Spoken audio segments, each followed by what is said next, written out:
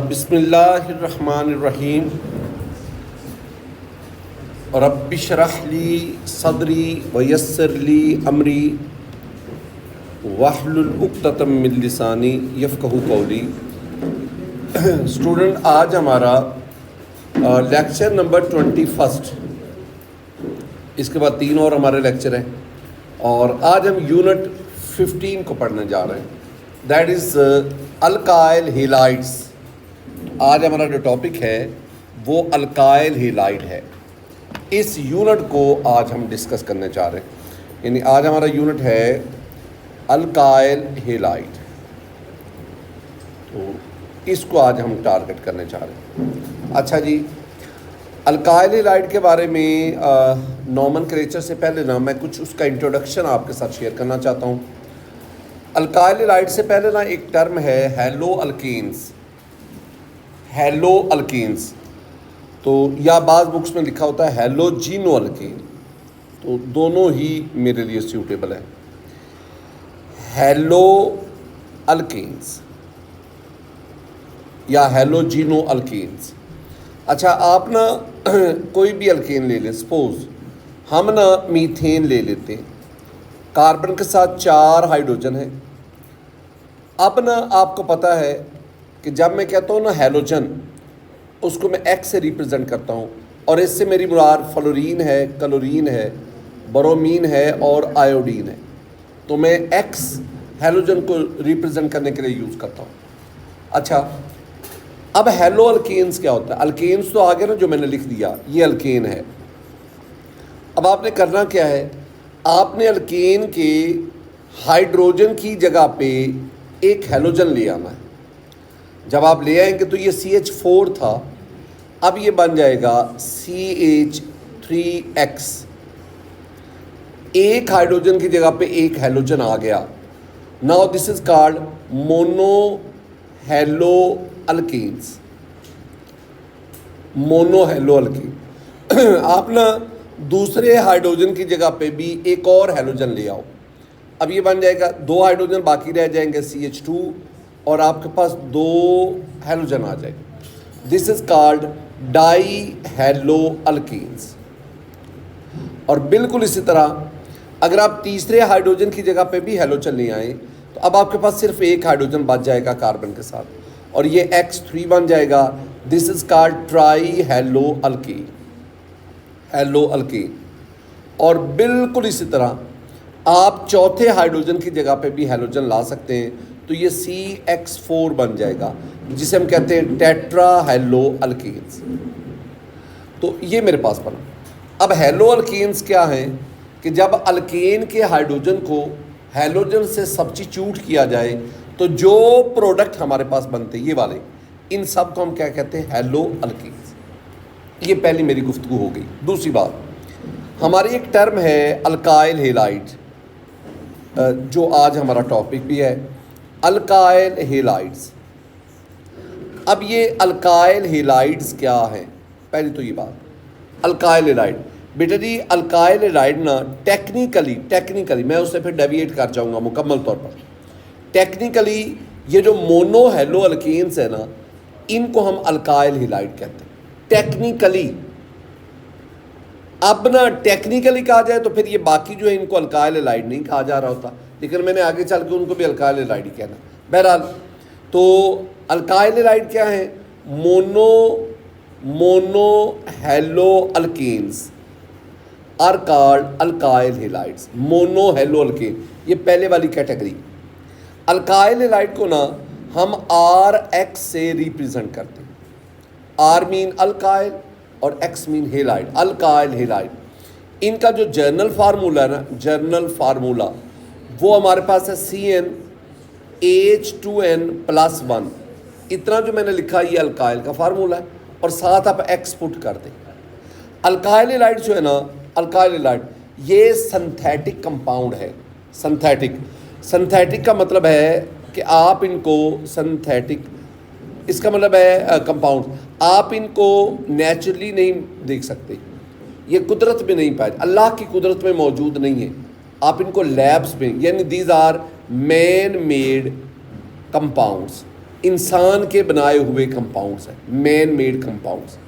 एक और बात, ये पानी में हल नहीं होते, हालांकि पोलर हैं लेकिन वाटर के साथ हाइड्रोजन बॉन्ड नहीं क्रिएट, यानी पोलर हैं, पोलर ज़रूर हैं लेकिन इनसॉल्युबल इन वाटर, पानी में हल नहीं होते क्योंकि ये वाटर के साथ हाइड्रोजन बॉन्डिंग क्रिएट नहीं करते। लिहाजा आज जब आप इसको पानी में डालेंगे तो ये पानी के ऊपर तैरते हैं, जैसे तेल पानी के ऊपर तैरता है। लिहाजा हम इन्हें कहते हैं कि they are oily in nature, they are oily in nature. ये मैंने ना आपको अल्काइल हैलाइड के बारे में कहा। अच्छा, अब आगे बढ़े। अल्काइल हैलाइड जो है ना, ये इसकी टाइप्स की अगर मैं बात करूँ तो बेटा जी अल्काइल हैलाइड जो हैं ये 3 टाइप्स है इसकी। ये हम आगे अब हमें चाहिए वो टाइप्स, उनका इल्म हमारे पास होना चाहिए। एक प्राइमरी अल्काइल हैलाइड RX कह लेते तो, एक सेकेंडरी अल्काइल हैलाइड और एक आपके पास है टर्शरी अल्काइल हैलाइड। ये 3 किस्म के अल्काइल हैलाइड पाए जाते हैं, प्राइमरी सेकेंडरी। कैसे पहचान होगी? प्राइमरी सेकेंडरी टर्शरी की तो पहचान मुश्किल है ही नहीं। मसलन आपने देखना है कि ये जो हेलो ग्रुप है ये किस कार्बन पर अटैच है। अगर ये प्राइमरी कार्बन के साथ कनेक्टेड है, प्राइमरी अल्काइल हैलाइड। जैसे कि अगर मैं इसकी बात करूं CH3 और मैं यहाँ CH2 ले लूँ, अब this carbon is alpha carbon, primary carbon. और अगर हेलो ग्रुप प्राइमरी कार्बन से अटैच होगा तो that is called primary alkyl halide. और बिल्कुल इसी तरह अगर मैं कहूँ RCCH और साथ R में लगा दूँ और यहाँ मैं X लगा दूँ, अब इस केस में वो कार्बन जिसके ऊपर हेलो अटैच है वो सेकेंडरी कार्बन, तो such ion alkyl halide is called secondary. और बिल्कुल इसी तरह ये कार्बन है, ये आगे 3 और कार्बन से अटैच है, मैं R लिख देता हूँ ना। अगर कोई कार्बन 3 और कार्बन से डायरेक्ट अटैच होगा तो दैट इज़ टर्शरी कार्बन, और अगर इसके साथ हेलोजन अटैच होगा तो that is called tertiary alkyl halide. ये जो मैंने आपको प्राइमरी सेकेंडरी टर्शरी की पहचान यहीं पर बताई है, यही पहचान आप ना उसमें अल्कोहल में देखते हैं। तो अल्कोहल में OH ग्रुप जिस कार्बन से अटैच होगा उसी टाइप का अल्कोहल आपके पास होगा। बेटा जी कुछ और चीज़ें, और वो हैं इनकी चीदा सी चंद एक एप्लीकेशंस।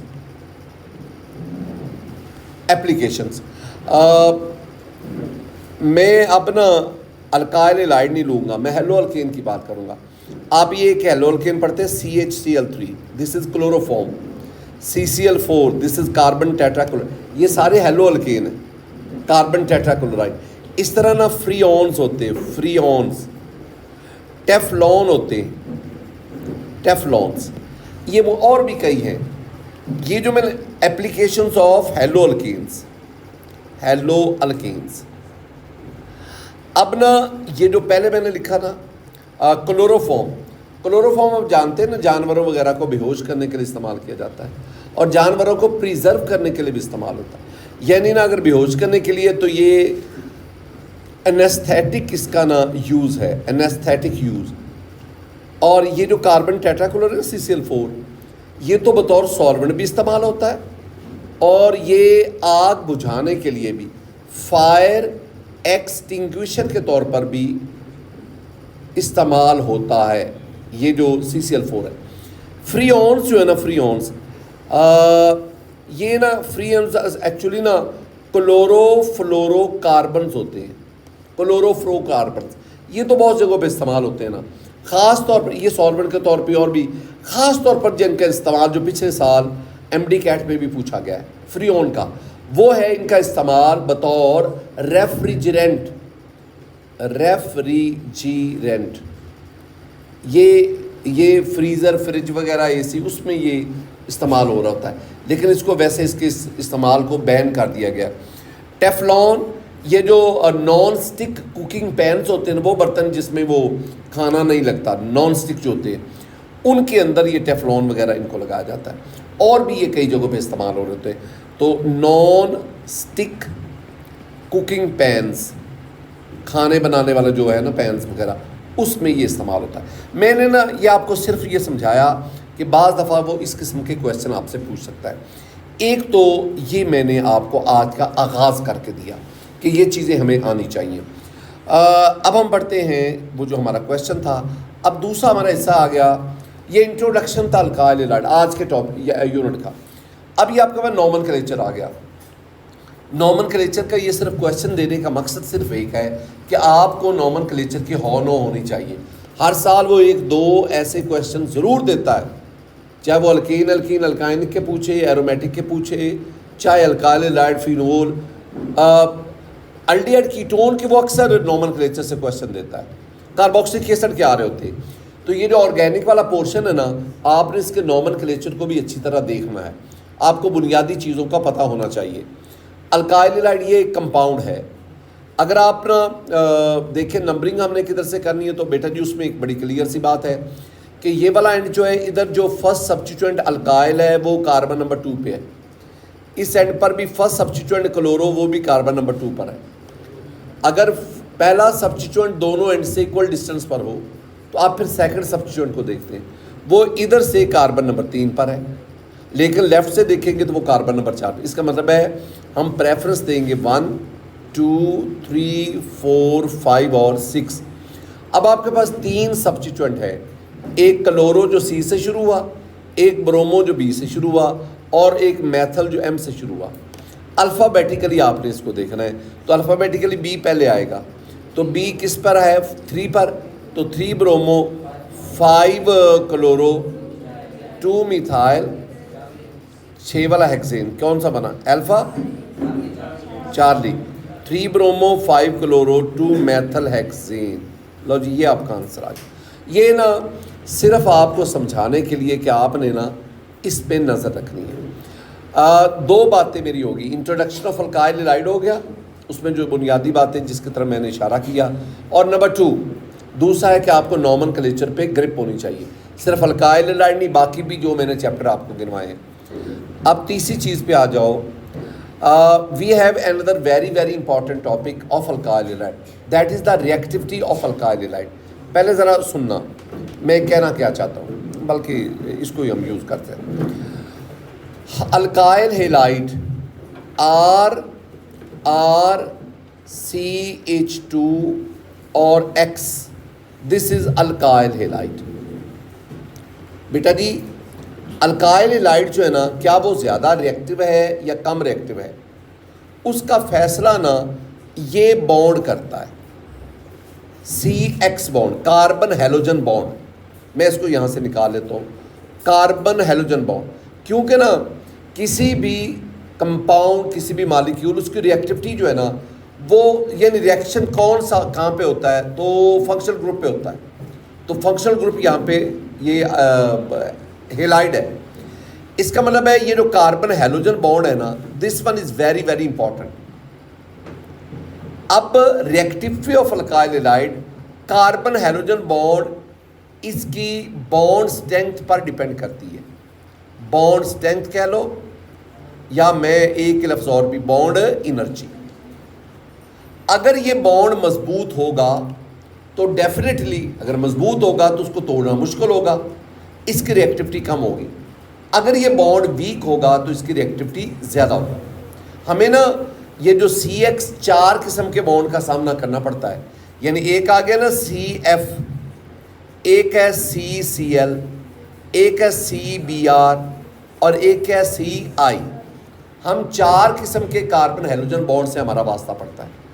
तो उन चारों में से जिसकी बॉन्ड स्ट्रेंथ ज़्यादा होगी, बॉन्ड एनर्जी या bond strength, bond energy inversely proportional to reactivity.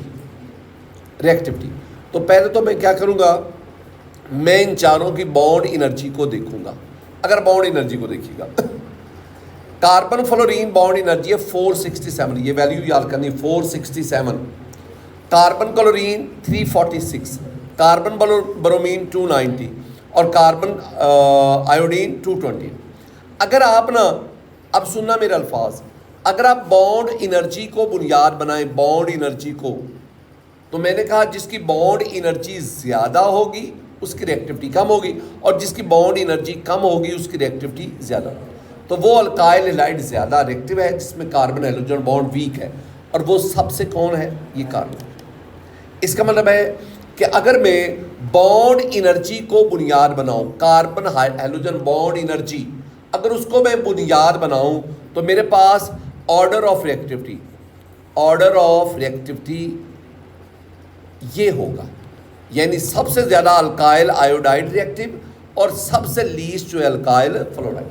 अब इस ना ट्रेंड को, ऑर्डर को आप भूल नहीं सकते। अब दूसरी तरफ आओ, एक और भी चीज़ है, बॉन्ड एनर्जी के साथ साथ ना बॉन्ड पोलैरिटी एक अदर फैक्टर है। बॉन्ड पोलैरिटी हम भला क्या कहते हैं?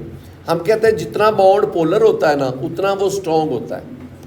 यानी मैं कहता हूँ कि बॉन्ड पोलैरिटी, जितना बॉन्ड ज़्यादा पोलर होगा उतना वो ज़्यादा स्ट्रॉन्ग होता है, उतनी उसकी बॉन्ड स्ट्रेंथ ज़्यादा होती है, बॉन्ड एनर्जी ज़्यादा होती है। Bond polarity directly proportional to bond energy. और जितना बॉन्ड ज़्यादा स्ट्रॉन्ग होगा उतनी उसकी रिएक्टिविटी क्या होगी? रिएक्टिविटी कम होगी। स्ट्रॉन्ग बॉन्ड, यह भी पढ़ा नहीं, अगर बॉन्ड एनर्जी ज़्यादा होगी तो रिएक्टिविटी क्या होगी? कम होगी। अच्छा, तो इसका मतलब है ये इसके बॉन्ड पोलैरिटी के, अब इसकी तरफ आ जाओ तो नहीं बॉन्ड, आई एम सॉरी इसको सॉरी आप कहें ये एक और सेंस में ले लो ना, ठीक है। हम इसको लेते हैं इस तरह कि जितना बॉन्ड ज़्यादा पोलर होगा उतनी उसकी रिएक्टिविटी ज़्यादा। मैं उस स्ट्रेंथ की तरफ ले ही नहीं चाहता। अच्छा, bond polarity is directly proportional to bond reactivity. It's okay. अच्छा, अब आप इस बात को देखिएगा। अब हमने ना इन चारों बॉन्ड्स की पोलैरिटी को देखना है।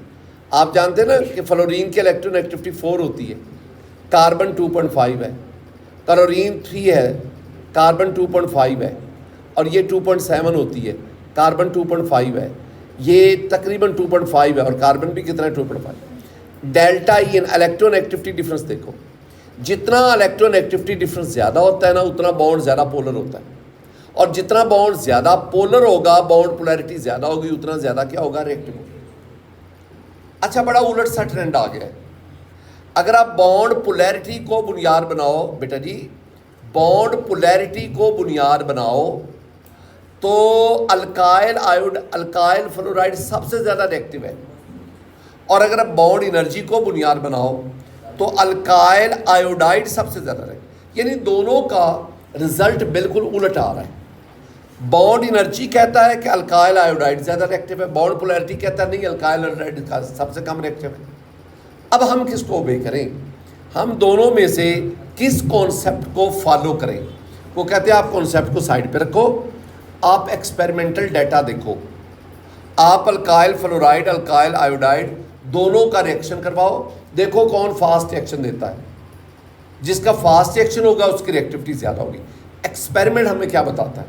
एक्सपेरिमेंट हमें बताता है कि अल्काइल आयोडाइड ज़्यादा रिएक्टिव है। इसका मतलब है रिएक्टिविटी को जांचने का पैरामीटर अल्काइल हैलाइड में, रिएक्टिविटी को जांचने का पैरामीटर बॉन्ड पोलैरिटी नहीं है बल्कि बॉन्ड एनर्जी। ये बात ज़हन में रखनी है, ये एमसीक्यू आता है पहले आपसे। अब इसमें 3 एमसीक्यू आ गए। बताओ बॉन्ड एनर्जी की बुनियाद पर अल्काइल हैलाइड का ऑर्डर ऑफ रिएक्टिविटी क्या है? बॉन्ड एनर्जी की बुनियाद पर आपका आंसर होगा ये वाला। अगला क्वेश्चन, बॉन्ड पोलैरिटी की बुनियाद पर आप ऑर्डर ऑफ रिएक्टिविटी बताएं, आपका आंसर होगा ये। या पूछा जाएगा अगर बॉन्ड रिएक्टिविटी को हम बॉन्ड पोलैरिटी को बुनियाद बनाएं तो बताएं कौन सा अल्काइल हैलाइड ज़्यादा रिएक्टिव होगा? आप कहेंगे अल्काइल फ्लोराइड। बॉन्ड एनर्जी को बुनियाद बनाएं, कौन सा अल्काइल हैलाइड ज़्यादा रिएक्टिव होगा? Alkyl iodide. ये बात होगी। अब अगली बात वो पूछेगा अगर आप एक्सपेरिमेंटल बेसिस पे बात करें तो फिर बताओ कौन ज़्यादा रिएक्टिव होगा? तो फिर हम कहेंगे अल्काइल आयोडाइड। अब आखिरी बात क्या होगी? तो फिर अगर ये 2 पैरामीटर रिएक्टिविटी को डिसाइड कर रहे थे, बॉन्ड स्ट्रेंथ भी बॉन्ड पोलैरिटी भी, तो दोनों में से कौन सा पैरामीटर एक्सपेरिमेंटल डाटा को इंडोर्स करता है, उसकी फेवर, वो है bond energy. It's okay. All this is about which of the following alkyl halide is most reactive? तो हम कहेंगे अल्काइल। अब ना ये जब वो कहता है मोस्ट रिएक्टिव, हमने एक्सपेरिमेंटल डाटा बताना है। एक्सपेरिमेंट हमें क्या बताते हैं? तो ये हमारे पास आ गया बेटा जी। ये पेज, इससे रेलेवेंट जो भी क्वेश्चन आए। अब 3 बातें हो गई आज के लेक्चर की। पहला हमारी बातें थी अल्काइल हैलाइड और उसका इंट्रोडक्शन, दूसरी बात आ गई नोमेनक्लेचर, और तीसरा आ गया रिएक्टिविटी ऑफ अल्काइल हैलाइड। अब हम आगे बढ़ते हैं और मेरे पास अब आ गए methods of preparation of alkyl halide. Method of preparation, बेटा जी मेथड ऑफ प्रेपरेशन पे आए। अल्काइल हैलाइड के जो मेथड ऑफ प्रेपरेशन है ना, इनमें methods of preparation of RX alkyl halide, बेटा जी पहला तरीका जो है ना, पहला नंबर 1 पे वो है फ्रॉम अल्कोहल्स। आप अल्कोहल से अल्काइल हैलाइड कैसे बनाते हैं। दूसरा है नंबर 2 पे एक्सचेंज मेथड। ये दो ना मेजर चीज़ें हैं जो आपने याद करनी है। अच्छा, अब आ जाओ अल्कोहल से ना, अल्कोहल आर, मैं अल्कोहल लिखता हूँ RCH2OH लिख देता हूँ। मैं एक दफ़ा फिर अल्कोहल लिखता हूँ RCH2OH। मैं एक दफ़ा फिर लिखूँगा RCH2OH। ये मैंने 3 दफ़ा लिखा। यानी 3 मुख्तलिफ तरीके हैं जिनसे आप अल्कोहल से अल्काइल हैलाइड बना सकते हैं। पहला ना आप अल्कोहल का रिएक्शन करवाएं HCl इन एनहाइड्रस जिंक क्लोराइड। HCl, ये जो मैंने लिखा है ना HCl plus zinc chloride anhydrous, इसको मैं एक ही नाम दूँ ना, इसे हम कहते हैं LUCAS, ल्यूकस रीएजेंट। क्या नाम इसका बना? Lucas reagent. इसका मतलब है पहला मैंने काम क्या किया, मैंने अल्कोहल का ल्यूकस रीएजेंट से रिएक्शन करवाया। जब अल्कोहल का ल्यूकस रीएजेंट से रिएक्शन करवाएंगे बेटा जी, ये OH और H मिलकर क्या बन गया, वाटर, और OH यहाँ से निकल गया, इसकी जगह पे Cl आ गया। आपके पास बना RCH2Cl अल्काइल हैलाइड, और साथ क्या बन गया, वाटर। ये पहला मेथड है। जब आप अल्कोहल का ल्यूकस रीएजेंट से रिएक्शन करवाएंगे अल्काइल हैलाइड बनेगा। What is Lucas reagent? A mixture of HCl and anhydrous zinc chloride. मैं लफ्ज़ क्या बोल रहा हूँ, एनहाइड्रस। अच्छा, जिसमें पानी नहीं है। अच्छा, दूसरी बात आ गई, अब आपने अल्कोहल का ना, ये नंबर 2 पे अल्कोहल का रिएक्शन करवाएं SOCl2, this is called thionyl chloride. इससे in the presence of PYRIDINE, pyridine। जब आप इससे रिएक्शन करवाएंगे ना, तो बेटा जी आपके पास ये H1Cl के साथ मिलकर HCl बना गया, दूसरा जो Cl बचा वो इसके साथ मिल गया, RCH2Cl अल्काइल हैलाइड बना। S ने A को ये अपने पास और A को यहाँ से ले लिया, और ये बन गया SO2। मतलब ये है कि आपके पास अल्काइल हैलाइड भी बना, साथ HCl गैस भी बनी, साथ SO2 गैस भी बनी। ये जो मैंने मेथड लिखा ना, this is an excellent method.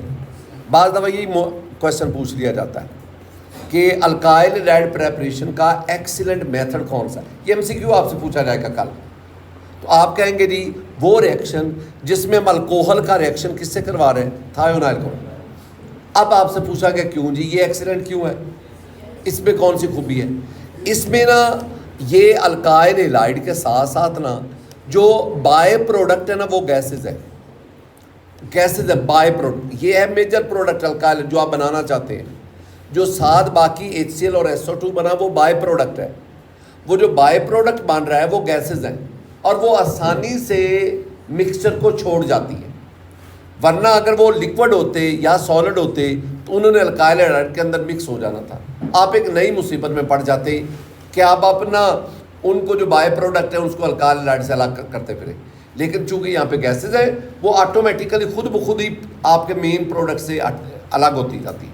इसलिए इस मेथड को क्या कहते हैं, एक्सीलेंट। तीसरी बात, अल्काइल हैलाइड का आप या रिएक्शन करवाओ PBr3 से, या PCl3 से, या PCl5 से। यानी ट्राई हेलाइड से, सॉरी PCl5 या पेंटा हेलाइड से, तो आपके पास ना अल्काइल हेलाइड बनेगा। ये 3 मेथड्स हैं जिनमें आपने मेन अल्कोहल का इस्तेमाल किया, और अल्कोहल के साथ रिएजेंट कौन कौन से इस्तेमाल किए। अल्कोहल के साथ पहले आपने ल्यूकस रिएजेंट इस्तेमाल किया, फिर आपने थायोनाइल क्लोराइड इस्तेमाल किया, फिर आपने ट्राई और पेंटा हेलाइड इस्तेमाल किया, और इन रिएजेंट के इस्तेमाल से आपने अल्काइल। बेस्ट मेथड कौन सा है जिसमें आपने अल्कोहल को thionyl chloride, why this one is the best method, क्योंकि बाय प्रोडक्ट गैसेस की फॉर्म में आते हैं और वो आसानी से मेजर प्रोडक्ट को लीव कर जाते हैं। We have another method that is, आपने जो ऊपर ये 3 मेथड पढ़े हैं ना, इनसे alkyl fluoride, alkyl chloride, alkyl bromide, ये 3 किस्म के अल्काइल हेलाइड हासिल होते हैं। लेकिन इन ऊपर वाले इन तीनों से जो मैंने अभी आपको अल्कोहल से बताएं, इनसे अल्काइल आयोडाइड हासिल नहीं हो पाता। तो अल्काइल आयोडाइड को हासिल करने के लिए हम एक और मेथड यूज़ करते हैं। क्वेश्चन देखें, question, an excellent method for the preparation of simple alkyl iodide. It's okay. पहले जो 3 आपको मैंने पढ़ाए ना, अभी पढ़ाए अल्कोहल से, उनसे अल्काइल आयोडाइड नहीं बनता, बाकी तीनों बन जाते हैं। अल्काइल आयोडाइड को आपने बनाना है तो फिर आप क्या करोगे, आप ना पहले अल्काइल क्लोराइड लोगे, उसका सोडियम आयोडाइड से रिएक्शन करवाओगे, तो आपके पास ये NaCl बन जाएगा और आपके पास अल्काइल आयोडाइड आ जाएगा। This is the exchange method.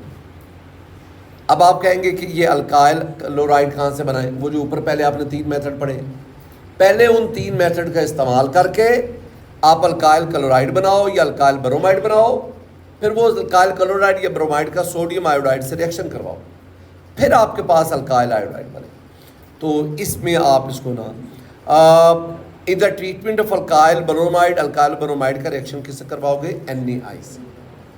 बेटे जी यहाँ तक ना मेरी चौथी बात मुकम्मल होगी आज की। दोबारा सुनो, पहला काम भला क्या था, इंट्रोडक्शन ऑफ अल्काइल, दूसरा क्या था, तीसरा reactivity, and the fourth one is method of preparation. Overall मैंने 4 पढ़ाए हैं, 3 अल्कोहल से और चौथे में आप अल्काइल आयोडाइड को प्रिपेयर कर रहे हैं। पहले 3 तरीकों से अल्काइल आयोडाइड प्रिपेयर नहीं होती। It's okay. अब आगे बढ़े, अब हम आते हैं रिएक्शंस ऑफ अल्काइल हेलाइड। बेटा जी अगर मैं रिएक्शंस ऑफ अल्काइल हेलाइड की बात करूं, RX of alkyl halide, alkyl halide बुनियादी तौर पर 2 किस्म के रिएक्शन देता है। एक को हम कहते हैं नंबर 1 और नंबर 2। बेटा जी एक को हम कहते हैं सब्स्टिट्यूशन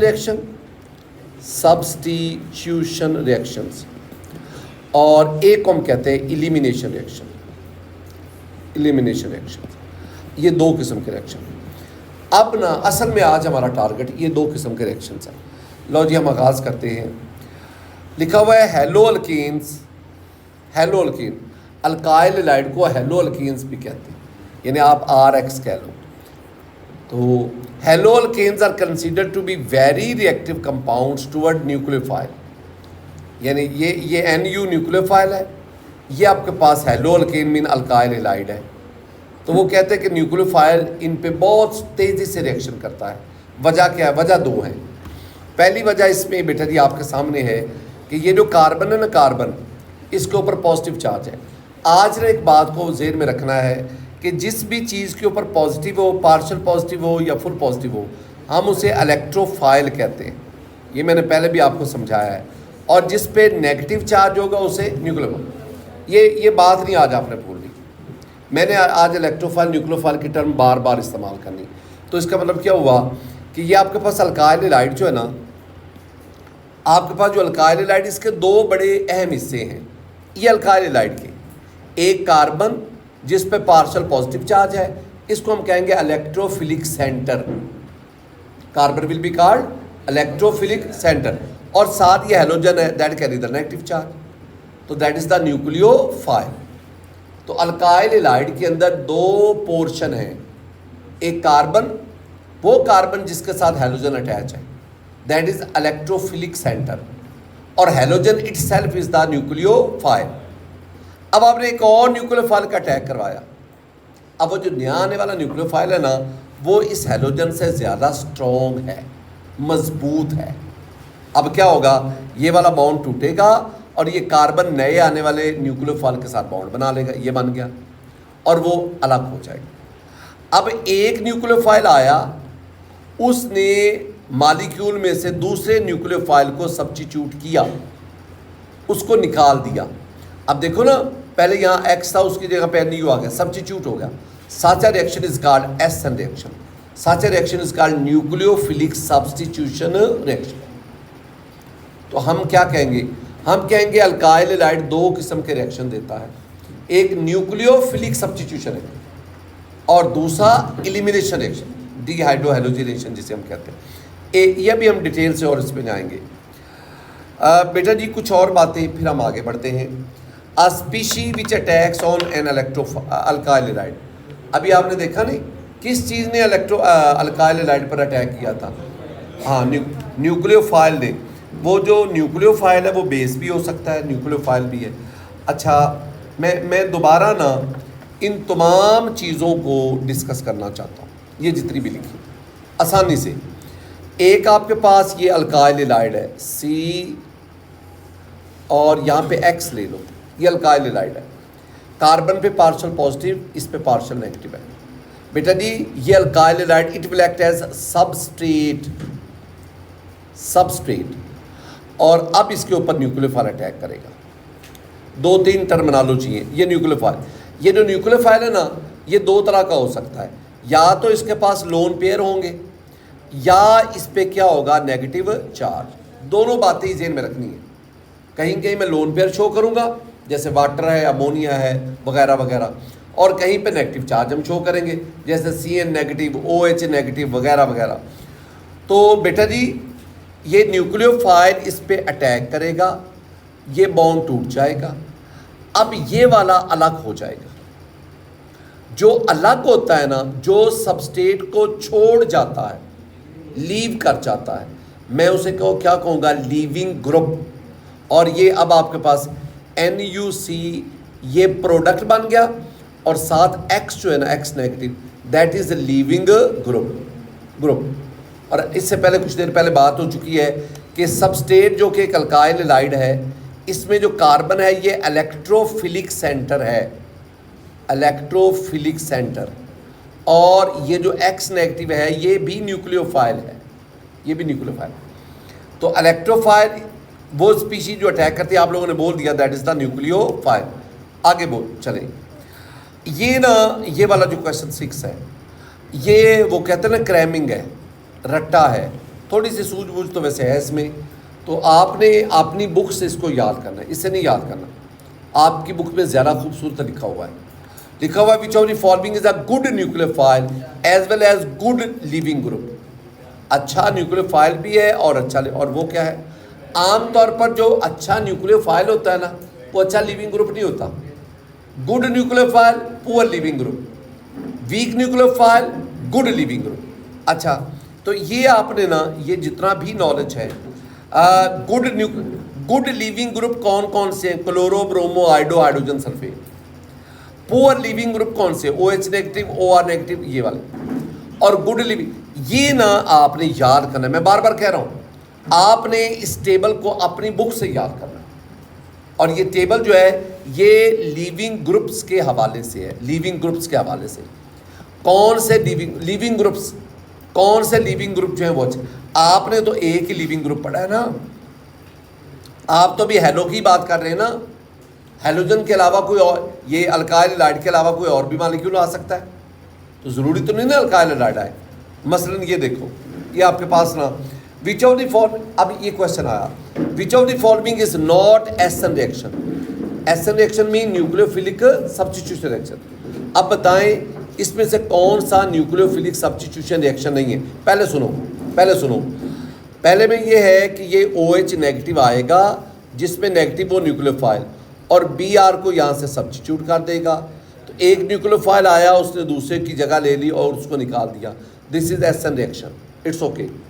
इसमें देखो ये मेथॉक्साइड आयन नेगेटिव चार्ज है, जिसमें नेगेटिव वो न्यूक्लियोफाइल, ये आएगा ब्रोमीन की जगह पे और ब्रोमीन को यहाँ से छुट्टी करवा देगा।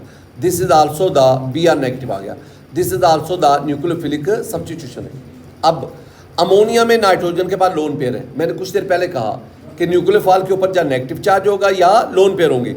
अमोनिया आएगा यहाँ पे और यहाँ से ब्रोमीन को निकाल देगा। This is also the nuclear. Ammonia तो नहीं आता, अमोनिया में ना NH2 आता है, वो एक हाइड्रोजन जो है ना, एक हाइड्रोजन जो है वो Br के साथ मिलकर HBr बना दे। इसका मतलब है ये पहले जो तीनों मैंने लिखे ना, ये तीनों की तीनों जो है ये न्यूक्लियोफिलिक सब्स्टिट्यूशन रिएक्शन है। पहले में न्यूक्लियोफाइल कौन सा है, OH नेगेटिव। दूसरे में न्यूक्लियोफाइल कौन सा, एथॉक्साइड आयन CH3O नेगेटिव। और तीसरे में न्यूक्लियोफाइल क्या, अमोनिया। ये तीनों न्यूक्लियोफाइल है। और वहाँ से लीविंग ग्रुप तीनों केसेस में कौन सा है, Br नेगेटिव, वो ब्रोमाइड आयन नहीं कर रहा है। अच्छा इसमें देखो, अब इसमें इस किस्म का ऐसा कोई चक्कर नहीं है, ये कोई भी ऐसा रिएक्शन नहीं है। मैंने ना कुछ देर पहले आपको एक बात समझाई थी, मैं थोड़ी सी रिवाइज करता हूँ, शायद आपको याद आ जाए। मैंने आपको ना halogenation of alkane free radical mechanism, उसमें मैंने एक लफ्ज़ सेंटेंस बोला था, the extent of halogenation depends upon amount of halogen use. Note किया था ना। आज मुझे आपने वो सेंटेंस यहाँ मुझे बताना है। बेटा जी मेरे पास ना CH3 CH2 Br है। ये मैंने ना जो कल आपका टेस्ट है ना, उसमें जो एक MCQ आना है ना, मैं उस MCQ को एड्रेस कर रहा हूँ। कल मैंने उसका कोई आंसर नहीं बताना, मैं उसका आंसर टिक करके आगे चला जाऊँगा। मैं अब उसका आंसर समझा रहा हूँ। ये मेरे पास ना इथाइल ब्रोमाइड अल्काइल एराइड है। मैं इसका रिएक्शन अमोनिया से करवाता हूँ। बेटा जी अमोनिया में नाइट्रोजन के पास 3 हाइड्रोजन हैं, 3 हाइड्रोजन हैं। अब आपने जब 1 मोल इसका लिया, 1 मोल अमोनिया का लिया, तो ये 3 हाइड्रोजन में से 1 हाइड्रोजन ने ब्रोमीन को लिया, निकल गया, HBr बन गया और HBr बन गया। अब हुआ क्या, बाकी नाइट्रोजन के साथ ये नाइट्रोजन NH3, मैं इसकी बात कर रहा हूँ, और इसके पास लोन पेयर है। 1 हाइड्रोजन निकल गया, यहाँ जगह खाली हो गई। वो जो जगह खाली हुई है ना, उसकी जगह पे ये इथाइल ग्रुप लगा, तो ये बन गया CH3 CH2 और साथ NH2। आप कहेंगे जी वो तीसरा हाइड्रोजन कहाँ गया, वो HBr के साथ मिल गया और उस हाइड्रोजन की जगह पे ये इथाइल आया। ये ज़हन में रखना है। अच्छा नेक्स्ट इसी को ले लो, ये मेरे पास क्या है, ये है CH3 CH2 NH। मैं ना 1 और मोल इथाइल ब्रोमाइड का लूँगा, 1 और मोल CH3 CH2 Br जब मैं लूँगा, अब ना 1 और हाइड्रोजन यहाँ से उतरा, उसने ये Br को लिया, HBr बन गया। और अब क्या होगा, अब नाइट्रोजन के साथ जो 2 हाइड्रोजन थे, अब 1 रह गया और उस हाइड्रोजन की जगह पे 1 और इथाइल ग्रुप आ गया। अब कितने इथाइल ग्रुप हो गए, 2। ये हो गया CH3 CH2 टेकन ट्वाइस और साथ क्या आ गया NH। अभी लोन पेयर है इसके पास, इट्स ओके। अच्छा अब सुनना मेरी बात, अगर आप 1 मोल ये लो, 1 मोल ये लो, 2 MCQ जिनको मैं एड्रेस कर रहा हूँ, दोनों का 1-1 मोल लो, रिएक्शन यहाँ जाकर रुक जाएगा। This is primary amine. जब 1 हाइड्रोजन की जगह पे अल्काइल, ये प्राइमरी अमाइन बना।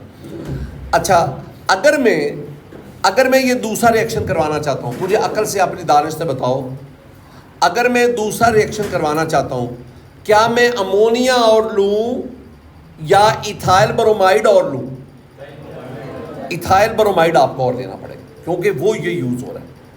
इसका मतलब है अगर मैं 2 मोल इथाइल ब्रोमाइड लूँगा, 1 मोल पहले रिएक्शन में यूज़ होके ये बना गया, दूसरा मोल यहाँ यूज़ हो रहा है।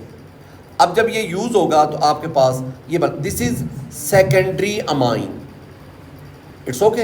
अब तीसरी बात, सेकेंडरी अमाइन ले लो। अच्छा ये CH3 CH2 इसको मैं थोड़ा सा मुख्तर करने लगा हूँ, मैं इसको लिखने लगा हूँ C2H5 टेकन ट्वाइस और साथ क्या आ गया NH।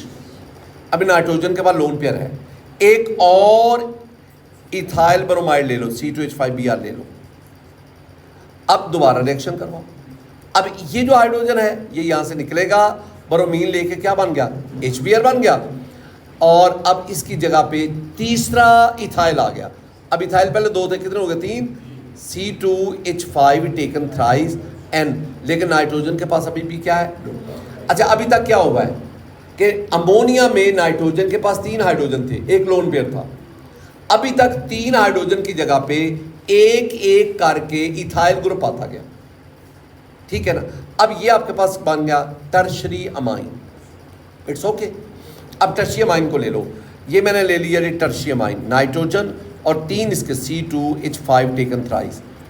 अब इसका एक और इथाइल ब्रोमाइड से रिएक्शन करवाओ। आप कहेंगे सर हाइड्रोजन ख़त्म हो गए, ठीक है, हाइड्रोजन ही ख़त्म हुए ना, लोन पेयर है नहीं। अब ना ये लोन पेयर के साथ भी इस्तेमाल। अब ये आपके पास जो बनेगा ये C2H5 टेकन 4 N पॉजिटिव, और लोन पेयर उसने दिया positive. This is called quaternary ethyl ammonium आइन। ये आपके पास क्वाटरनरी बन गया। इसका मतलब ये हुआ, मैं ना 2 बातें समझाना चाहता हूँ, मुझे ना सवालों के जवाब दो। नंबर 1, मैं ना ये चारों रिएक्शन यहाँ तक आना चाहता हूँ।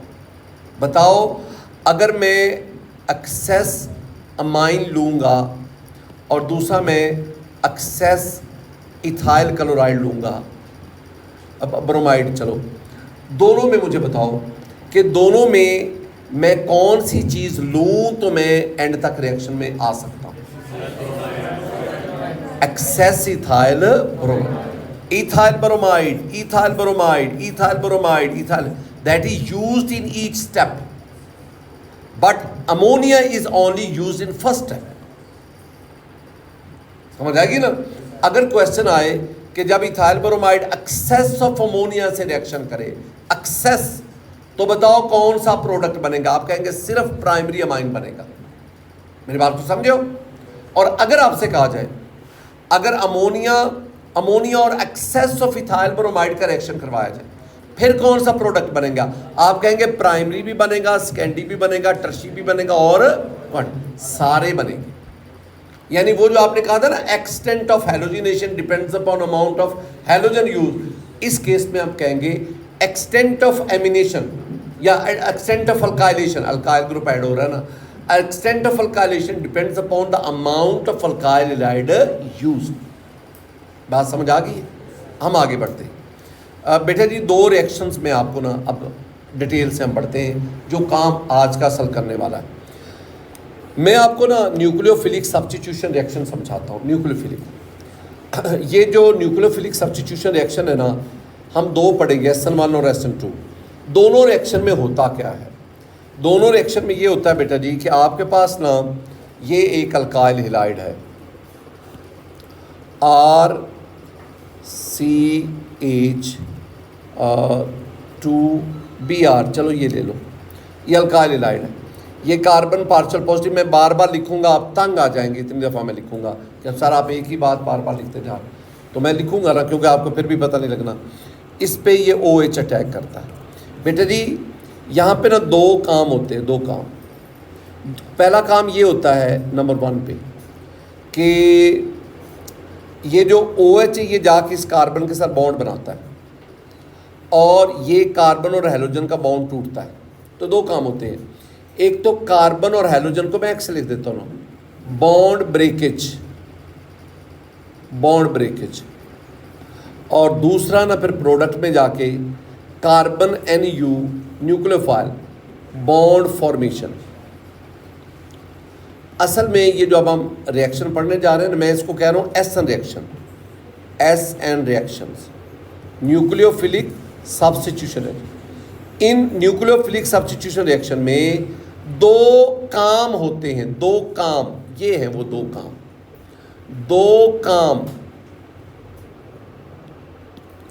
2 काम या 2 जॉब्स, 2 जॉब्स, 2 काम होते हैं। एक कार्बन हैलोजन बॉन्ड ये टूटता है और फिर ये कार्बन न्यूक्लियोफाइल के साथ बॉन्ड बनाता है। अब ना अगर ये दोनों काम एक ही वक्त में हो तो उसे हम कहते हैं SN2, एक ही वक्त में। और अगर पहले ये बॉन्ड टूटे और अगले स्टेप में ये बॉन्ड बने, इसे कहते हैं SN। यानी SN2 और SN1 दोनों में ये दोनों काम तो होते हैं, लेकिन फ़र्क सिर्फ टाइमिंग का है। अगर ये दोनों जॉब्स साइमल्टेनियसली हो SN2, और अगर एक पहले बॉन्ड टूटे फिर बॉन्ड बने तो उसे क्या कहते हैं SN। ये बुनियादी सा फ़र्क है। अच्छा, पहले मैं ना आज आपको SN2 समझाता हूँ। SN2 ज़रा समझना, जिसमें मैंने कहा ना कि दोनों काम साइमल्टेनियसली होते हैं। बेटा जी पहले एग्जांपल तो देख लो ना, CH3 CH2 Br, ये प्राइमरी अल्काइल हैलाइड है। प्राइमरी, ये पहली बात है। मैं आपको ना कोई 12-13 डिफरेंस बताऊंगा, वो ज़हन आपने में रखना। पहला डिफरेंस ये आ गया कि SN2 में मैं प्राइमरी अल्काइल हैलाइड ले रहा हूँ, SN1 में मैं टर्शरी लूँगा। ये पहला डिफरेंस। प्लस KOH, एरो के ऊपर ये आपने लिखना है AQUEOUS, एक्वस, वाटर। यहाँ आप वाटर भी ले सकते हैं। वाटर इज पोलर सॉल्वेंट, वो ले सकते हैं। तो आपने एक्वस KOH को लिया, एक्वस। अब ये मैं पढ़ा रहा हूँ SN रिएक्शन। जब मैं एलिमिनेशन रिएक्शन पढ़ाऊँगा ना तो मैं एक्वस की बजाय अल्कोहल लूँगा। वो जो अल्कोहल है वो वाटर की निस्बत कम पोलर होता है, तो यहाँ पे ज़्यादा पोलर चाहिए। अब यहाँ पे एक बात भी आ गई, अगर ज़्यादा पोलर सॉल्वेंट लोगे तो वो SN रिएक्शन होगा, और अगर कम पोलर सॉल्वेंट लोगे तो वो बीटा एलिमिनेशन होगा। ये फ़र्क, ये ना समझते आपको ना, फिलहाल आप SN1 और SN2 को ज़हन में रखें। तो SN2 में दो बातें हो गई हैं। SN2 में दोनों जो ऊपर मैंने काम बताए, बॉन्ड टूटना बनना साइमल्टेनियसली होते हैं, एक बात। नंबर 2, इसमें हम कौन सा अल्काइल हैलाइड ले रहे हैं? प्राइमरी। अच्छा, अब आपके पास ये रिएक्शन होगा, ये KBr के साथ मिल गया और Br की जगह पे OH, और आपके पास बन जाएगा CH3 CH2OH और साथ क्या बन गया? KBr। It's okay. ये एक रिएक्शन आ गया। अब ये आपसे MCQ पूछा जाएगा, बताएं अगर हम ethyl bromide CH3 CH2Br ethyl bromide को KOH के साथ रिएक्शन करवाएं इन एक्वस मीडियम, तो बताओ प्रोडक्ट क्या बनेगा? तो आप कहेंगे अगर वो इथाइल ब्रोमाइड है तो एथानॉल बनता है। अगर वो लफ्ज़ यही स्टेटमेंट सिर्फ एक्वस की बजाय अल्कोहल कर दे तो फिर आपके पास यहाँ पे अल्कीन बनेगा, ईथीन बनेगा। ये बातें याद करो बेटा जी। मैं ना असल आपको बात समझाता हूँ, मैं आपको समझाता हूँ इसका मैकेनिज़्म जो हमारे काम की बात है। अच्छा, दो चीज़ें आपने ना जेन में रख ली हैं, साइमल्टेनियसली और ये प्राइमरी। अब सुनना, ये मेरे पास ना, मैं यहाँ इसको नहीं लेता, मैं मिथाइल ब्रोमाइड ले लेता हूँ आपको समझाने के। हालांकि एग्जाम्पल फजूल ही है। मिथाइल ब्रोमाइड ये आ गया, सॉरी इसको थोड़ा सा मैं इधर ये आ गया मिथाइल ब्रोमाइड, ये Br आ गया, H और H, इसके ऊपर मैंने OH नेगेटिव का अटैक करवाना। अब ये जो वाला है ना, इसे कहते हैं अटैकिंग न्यूक्लियोफाइल। पहले ना मैं इसको लिख लूँ, जब ये रिएक्शन होगा पहले देखना है कि कार्बन जो है ये पार्शियल पॉजिटिव है, ये पार्शियल नेगेटिव है। ये दो, ये है सबस्ट्रेट और ये अल्काइल हैलाइड सबस्ट्रेट है। सबस्ट्रेट हमारे पास अल्काइल हैलाइड है, प्राइमरी अल्काइल हैलाइड, और ये आपके पास न्यूक्लियोफाइल है। ये दोनों जो है ना, ये रिएक्टेंट्स हैं, रिएक्टेंट्स आपके पास। ये बात प्रोडक्ट में कन्वर्ट होने से पहले ये ट्रांजिशन स्टेट में से गुजरेंगे। वो ट्रांजिशन स्टेट इस तरह है, ये, और एक मेरे पास हाइड्रोजन ये आ गया, एक हाइड्रोजन ये आ गया, एक हाइड्रोजन ये, हाइड्रोजन, ये ट्रांजिशन स्टेट। इधर ये Br, कार्बन Br ये वाला बॉन्ड टूट रहा है, और इधर कार्बन का OH के साथ बॉन्ड बन रहा है, ये बन रहा है। इसे हम कहते हैं TS, ट्रांजिशन स्टेट। और स्टेट का नाम है एक्टिवेटेड कॉम्प्लेक्स, एक्टिवेटेड कॉम्प्लेक्स, ये बना।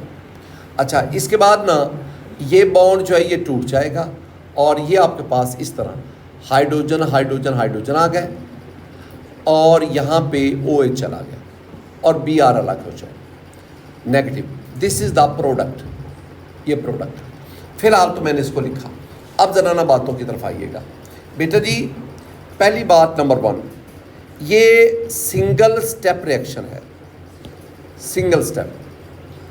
आप कहेंगे सर 2 स्टेप हैं, पहले रिएक्टेंट से ट्रांजिशन स्टेट बन रही है फिर प्रोडक्ट बन। No no no, transition state activated complex ये तो हर रिएक्शन में बनना होता है, चाहे वो सिंगल हो, डबल हो, ट्रिपल हो, जितने मर्जी हो।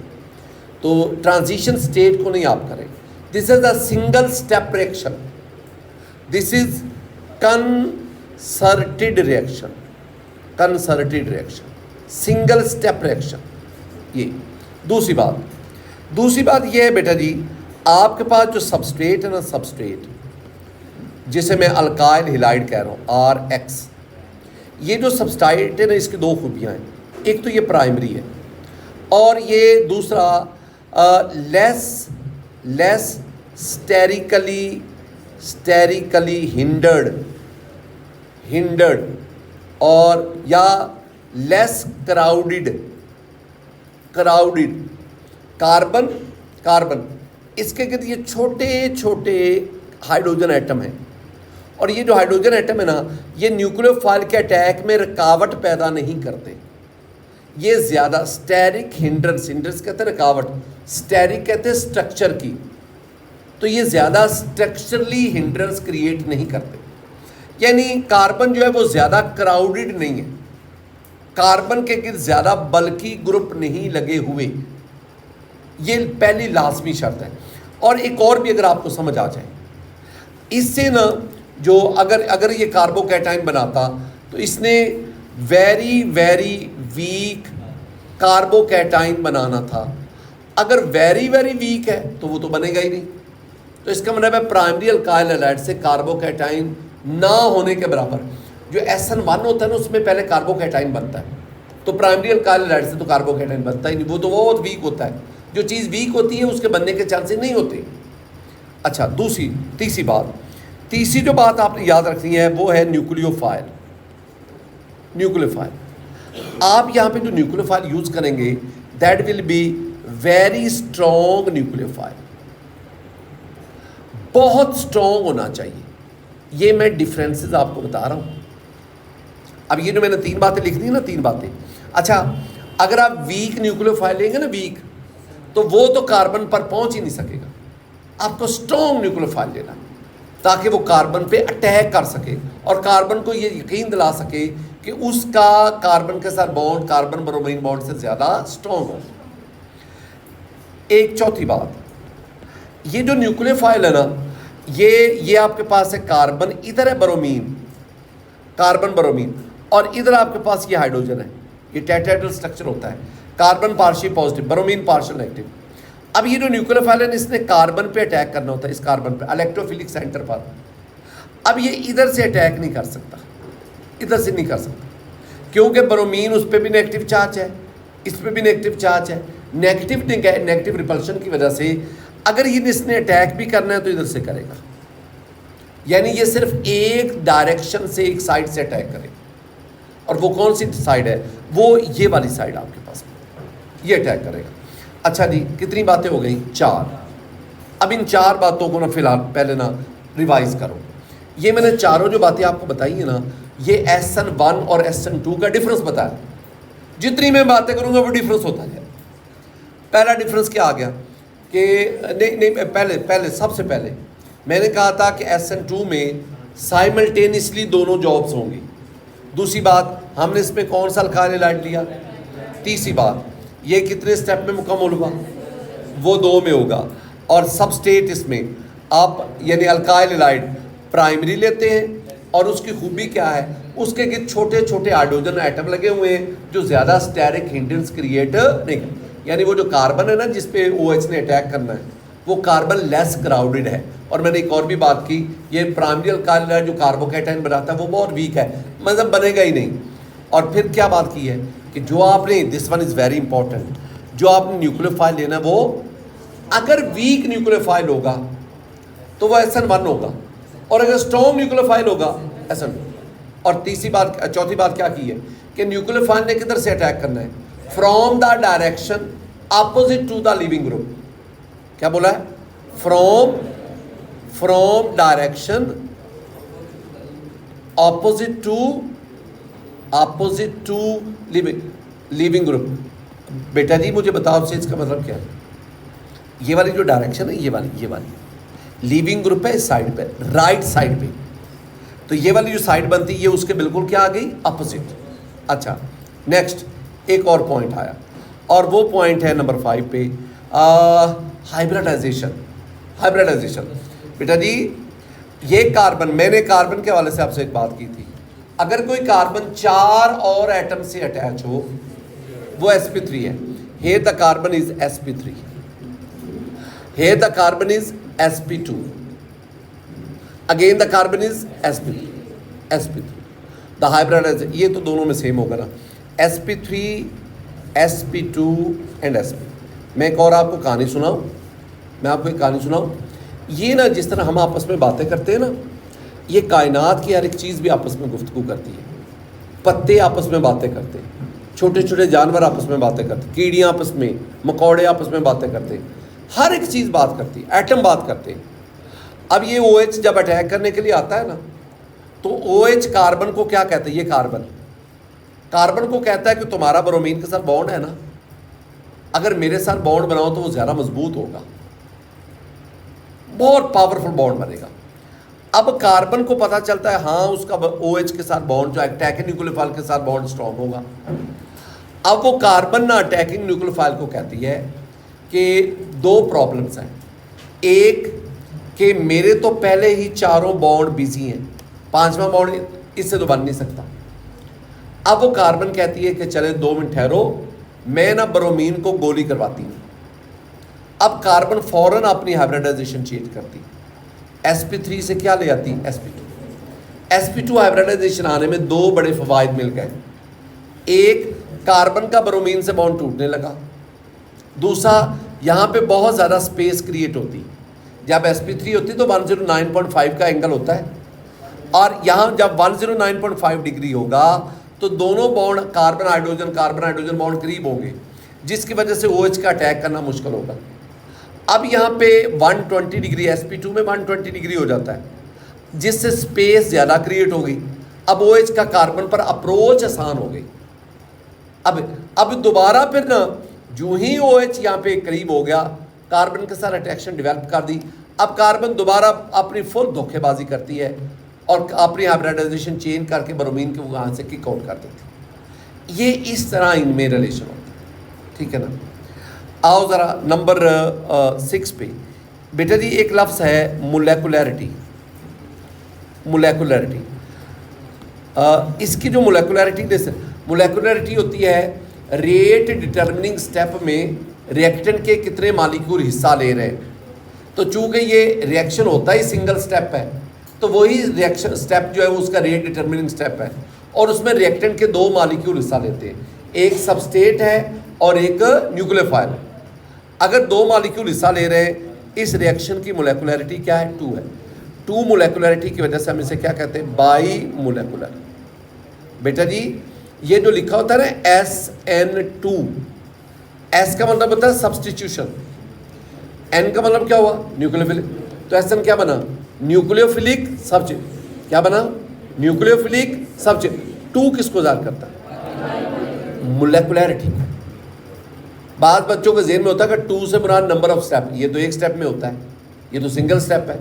तो 2 नंबर ऑफ स्टेप नहीं होते, 2 क्या होता है, मोलेकुलरिटी, बाई मोलेकुलर। सबसे जो अहम तरीन नुकता है ना बेटा जी, दो अहम बातें। एक होता है, एक टर्म हम इस्तेमाल करते हैं कॉन्फ़िगरेशन में, इन्वर्जन ऑफ कॉन्फ़िगरेशन, और एक लफ्ज़ होता है रिटेंशन। इन्वर्जन, इन्वर्जन का मतलब इन्वर्ट से आया, और इन्वर्ट का मतलब होता है उलटना। कॉन्फ़िगरेशन कहते हैं arrangement with respect to central atom. Central atom के लिहाज से बाकी साइड एटम किस तरह तरतीब में लगे हुए, उसे कहते हैं कॉन्फ़िगरेशन। अगर आप इसको देखोगे ना, इसको जो अभी रिएक्शन पढ़ा है, रिएक्टेंट में ये रिएक्टेंट है, रिएक्टेंट में कार्बन ब्रोमीन इधर, एक हाइड्रोजन इधर, एक इधर, एक इधर, H H H, ये था। और जो प्रोडक्ट बना ना, प्रोडक्ट, उसमें आपके पास क्या हुआ, प्रोडक्ट में ये देखोगे ना, हाइड्रोजन तीनों दूसरी तरफ चले गए। ये कार्बन, हाइड्रोजन, हाइड्रोजन, हाइड्रोजन, ये इधर OH आ गया। अब ना ज़रा तरतीब देखोगे ना, तो इसमें ये तीनों हाइड्रोजन लेफ्ट पे और इधर में किधर आ गए, राइट। तो हम कहेंगे इसकी तरतीब बिल्कुल उलट गई, and this is called inversion of configuration. Inversion of configuration मैं इसको यूं कहता हूं, मैं कहता हूं जी SN2 में जो हम पढ़ रहे हैं, इसमें there is 100% inversion of configuration. क्या मतलब होता है 100%? 100% का मतलब है कि अगर आपने सबस्ट्रेट के 1,00,000 मॉलिक्यूल लिए ना, 1,00,000, तो जब प्रोडक्ट में कन्वर्ट हुए वो सब के सब की तरतीब उलट गई है, सब के सब की। ये नहीं कि आधों को उलट गई आधों की रहेगी, नहीं, सब के सब की उलट गई। इसलिए हम क्या कहते हैं इसमें, क्या 100% है। ये अम्ब्रेला नहीं होता जैसे छतरी, ये देखो ना, छतरी आप इस तरह पकड़ते हैं, ये छतरी आ गई, और दूसरी तरफ जाएंगे ना तो छतरी ना बिल्कुल दूसरी तरफ चली गई, ये उलट गई, या वो बिल्कुल दूसरी तरफ चली गई। अच्छा जी, पॉइंट मैंने आपको कितने बता दिए, 7, 2 ऊपर भी थे, टोटल 9 हो गए। अच्छा, अब एक और बात, और वो भला क्या है, वो है असल नुक्ता, उसे हम कहते हैं रिएक्शन काइनेटिक्स। अब ये जो मैं लिखूंगा ना रिएक्शन काइनेटिक्स, इससे रेलेवेंट बहुत सारे सवाल आपसे पूछे जाएंगे, बहुत सारे। एक सवाल ये है SN2, इसकी रिएक्शन काइनेटिक्स क्या है। हम लिखेंगे rate that is equal to K, concentration of alkyl halide, substrate कह लो, अल्काइल हैलाइड करो, और कंसंट्रेशन ऑफ न्यूक्लियोफाइल। मैं यूँ लिख रहा हूँ बेटा जी, इसके ऊपर 1 है, इसके ऊपर 1 है, याद करो मैंने आपको रिएक्शन काइनेटिक्स समझाया था।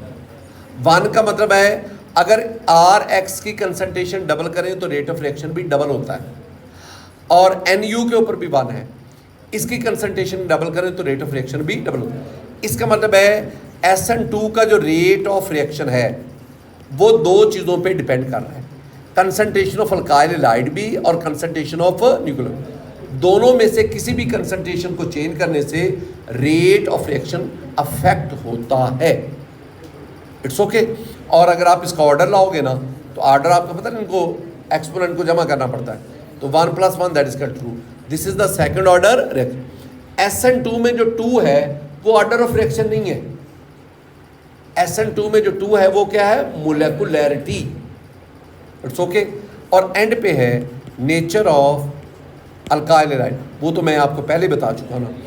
ज़्यादातर प्राइमरी अल्काइल हैलाइड, ज़्यादातर मोस्टली, लेकिन सेकेंडरी भी देते हैं, सेकेंडरी अल्काइल हैलाइड भी SN2 देते हैं। हाँ, उसमें कुछ कंडीशन को देखना पड़ता है। अगर स्कैंडियल का फर्ज करते हैं, ये एक स्कैंडियल अल्काइल हैलाइड है, अब मैं आपसे कहता हूँ बेटा जी ये SN1 देगा तो SN2 देगा। अब 2-3 बातें कहेंगे, आप कहेंगे सर अगर स्ट्रॉन्ग न्यूक्लियोफाइल है ना, स्ट्रॉन्ग न्यूक्लियोफाइल स्ट्रॉन्ग, तो फिर ये SN2 देगा। मैं पीछे आपको पढ़ा के हूँ, स्ट्रॉन्ग न्यूक्लियोफाइल आपका क्या होना चाहिए, स्ट्रॉन्ग। आप दूसरी बात करेंगे सर अगर नॉन पोलर सॉल्वेंट होना तो फिर ये SN2 देगा। अगर ये कम स्टेरिकली कम हिंडर्ड हो तो ये SN2 देगा। स्ट्रॉन्ग न्यूक्लियोफाइल हो, स्टेरिकली कम हिंडर्ड हो, और नॉन पोलर सॉल्वेंट हो। ये वैसे नॉन पोलर तो मैं नहीं कहता, पोलर एप्रोटिक सॉल्वेंट, चलें ये आपको पता नहीं चलेगा। अच्छा, ये मैंने ना कुछ गुफ्तगू आपसे की SN2 की, ज़रा ना मेरे बच्चे इन्हीं बातों को मद्देनज़र रखिएगा। अब हम आते हैं SN1 की तरफ। SN1 में मैं यहीं से आगाज़ करता हूँ, बल्कि नया पेज लेते हैं। SN1 मुझे आपने ना फ़र्क बताते जाना है। पहला फ़र्क ये है, वो जो दो काम थे ना, CX बॉन्ड का टूटना और दूसरा CNU बॉन्ड का बनना, ये दोनों काम takes one after the other in 2 steps. क्या मैंने कहा? Takes one after the other in 2 steps. ये भूलेगा तो नहीं? अच्छा, ये होगी दूसरी बात। अब आपने इसके एग्जाम्पल में ना एक तो लेना है CBr और CH3 and CH3। What is this? This is tertiary alkyl, right? Tertiary alkyl. उधर क्या था? ये इसका KOH से रिएक्शन करवाना है और यहाँ पे एक्वस, ये जो एक्वस ऑफ और या अल्कोहलिक है ना, वो तो SN और एलिमिनेशन में फ़र्क आता है। अच्छा, आपके पास क्या बनेगा? कार्बन, और अब ये OH आ गया और ये वो CH3। आपने मुझे ना अब वो 13-14 फ़र्क बताने, प्लस जो भी है KBr वगैरह जो भी बना। अच्छा, ये आपके पास। अब मैकेनिज़्म पे आना। मैकेनिज़्म ये ना 2 स्टेप्स में मुकम्मल होता है, वो एक स्टेप में, ये 2 में। तो इसका जो स्टेप नंबर 1 है, स्टेप नंबर 1, उसमें ना ये कार्बन, इसके साथ ब्रोमीन, सुनना प्रॉब्लम, और इसके साथ ये CH3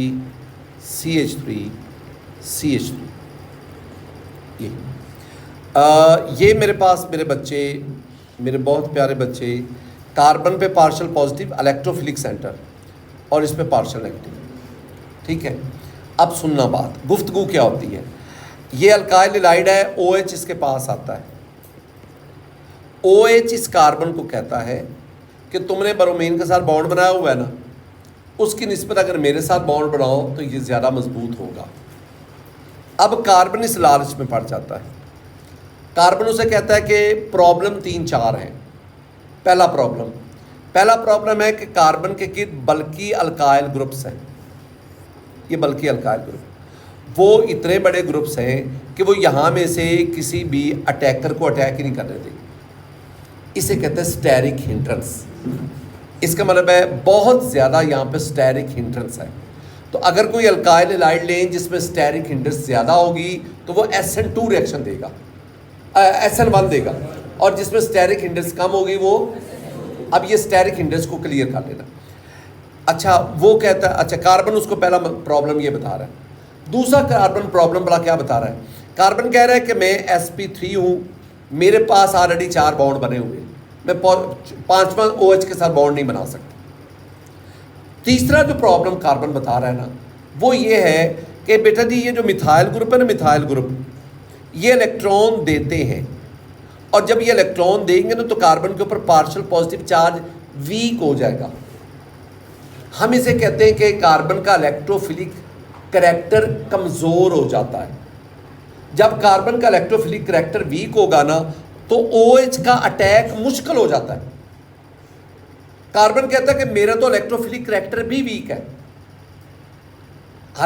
और जो पीछे आपने पढ़ा है ना, उसमें कार्बन के साथ हाइड्रोजन लगे हुए थे, वो कार्बन को इलेक्ट्रॉन नहीं देते, वो कार्बन के इलेक्ट्रोफिलिक सेंटर करैक्टर को वीक नहीं करते। तो नंबर 1 स्टेरिक हिंड्रेंस आ गई due to presence of bulky group. Number 2 already sp3 structure हो गया। Number 3 weak electrophilic character of carbon due to the electron donating tendency of alkyl group. अब ना कार्बन उसे कहता है तुम यहाँ से एक दफ़ा चले जाओ, यहाँ से छुट्टी करो, मैं कोई ना कोई इसका हल निकालता हूँ। अब कार्बन क्या करेगा? कार्बन आप यहाँ ना पोलर सॉल्वेंट देंगे, आप पोलर सॉल्वेंट दोगे, मैं कहूँगा पोलर प्रोटिक सॉल्वेंट दो, पोलर प्रोटिक। वो जो पीछे थे वो पोलर ए प्रोटिक लेते हैं, DMS DMFO। ये पोलर प्रोटिक कहते हैं प्रोटॉन, ऐसा पोलर सॉल्वेंट जो प्रोटॉन भी दे, वाटर, इथाइल अल्कोहल। तो वाटर एक पोलर प्रोटिक है, ethyl alcohol C2H5OH, acid acetic acid, polar protic solvent, ये पोलर प्रोटिक वो लो ले लिया। अब ये रिएक्शन ना होगा, स्लो होगा, रिवर्सिबल होगा और ना ब्रोमीन यहाँ से निकल जाएगी। अब ये कार्बन बन गया, कार्बन के ऊपर पॉजिटिव चार्ज आ गया। बहुत सारे क्वेश्चन इससे, यहाँ ब्रोमीन, यहाँ बी ब्रोमीन कह रहा हूँ, CH3 और यहाँ भी CH3 ये आ गया। मैं आपसे कहता हूँ ऐसी स्पीशीज जिसमें कार्बन पर पॉजिटिव चार्ज होगा कार्बोकैटाइन, और ये टर्शरी कार्बोकैटाइन। अच्छा, कार्बोकैटाइन के बारे में बड़ी खूबसूरत बातें मैं यहाँ पे लिखता हूँ और मैं फिर वो बातें करता हूँ। ये कार्बोकैटाइन CH3 और CH3, ये जो अब मैं बातें करूँगा ना, ये कल के MCQs है, इस पे पॉजिटिव चार्ज। पहली बात, ये जो कार्बोकैटाइन है ना, इसमें जो कार्बन है ये sp2 हाइब्रिडाइज्ड है। पहले इसमें क्या था, कार्बन sp3, और कार्बोकैटाइन में क्या हो गया, sp2। यहाँ जो एंगल है ये कम होकर कितना हो गया, 120 डिग्री। इसका स्ट्रक्चर जो है वो प्लेनर है, sp3 है तो स्ट्रक्चर क्या होगा, प्लेनर। अच्छा, 2pz कार्बन के 2pz, एक 2pz इधर लोब, एक उसका इधर, ये 2pz आ गया। अब ना ये कार्बन अब इस OH नेगेटिव को कहता है कि अब आ जाओ। अब वो जो ऊपर प्रॉब्लम थे ना वो अब ख़त्म हो गए। ऊपर पहला प्रॉब्लम क्या था, स्टेरिक हिंड्रेंस। अब 120 एंगल आने से वो अल्काइल ग्रुप दूर दूर चले गए। दूसरा प्रॉब्लम था, उसने ऑलरेडी 4 बॉन्ड बनाए हुए थे sp3 की वजह से। अब ये से कार्बोकैटाइन में कार्बन क्या है, sp2। इसका मतलब है एक बॉन्ड की कैपेसिटी, गुंजाइश है। तीसरा बात क्या था, उसमें पार्शियल पॉजिटिव था, वीक इलेक्ट्रोफिलिक करैक्टर था। अब इस पे फुल पॉजिटिव चार्ज आ गया, स्ट्रॉन्ग इलेक्ट्रोफिलिक करैक्टर। अगली बात, ये जो है ना carbocation, this is reaction intermediate. दोबारा सुनो, क्या मैंने कहा, रिएक्शन एक्टिवेटेड कम्प्लेक्स और बात होती है, वो इसके दरमियान में भी यहाँ पे एक्टिवेटेड कम्प्लेक्स आता है, ट्रांजिशन स्टेट आती है, वो इतनी इंपॉर्टेंट नहीं, मैंने उसको लिखा नहीं। यहाँ भी ना ये नहीं कि टर्शी अल्काइल हैलाइड वो डायरेक्ट टर्शी कार्बोकैटाइन में जाता है, नो, पहले वो ट्रांजिशन स्टेट बनाता है, फिर वो टर्शी कार्बोकैटाइन बनता है। नीचे वाला ये जो टर्शी कार्बोकैटाइन है ना, ये भी पहले ट्रांजिशन स्टेट बनाएगा फिर प्रोडक्ट में जाएगा। इसका मतलब है अगर ये रिएक्शन 2 स्टेप्स में हो रहा है ना, तो इसमें कितनी ट्रांजिशन स्टेट्स है, 2। वो पहला एक में था, उसमें कितनी है, 1। ट्रांजिशन स्टेट में तो आ रही है। ट्रांजिशन स्टेट, एक्टिवेटेड कम्प्लेक्स और चीज़ होती है। यहाँ मैंने क्या लफ्ज़ बोला है, रिएक्शन इंटरमीडिएट। और यहाँ पे कार्बोकैटाइन किसके तौर पर काम कर रहा है, रिएक्शन। क्या उसमें कोई रिएक्शन इंटरमीडिएट था, नो। SN2 में कोई रिएक्शन इंटरमीडिएट नहीं है। Which of the following is used as reaction intermediate in SN1 reaction, carbocation. It's okay. अब ये न्यूक्लियोफाइल इधर से भी अटैक कर सकता है, इस लोब के साथ बॉन्ड बना सकता है, या इधर से भी कर सकता है। लेकिन उधर से मैंने क्या कहा था कि nucleophile can attack on the electrophilic carbon from side opposite to the leaving group.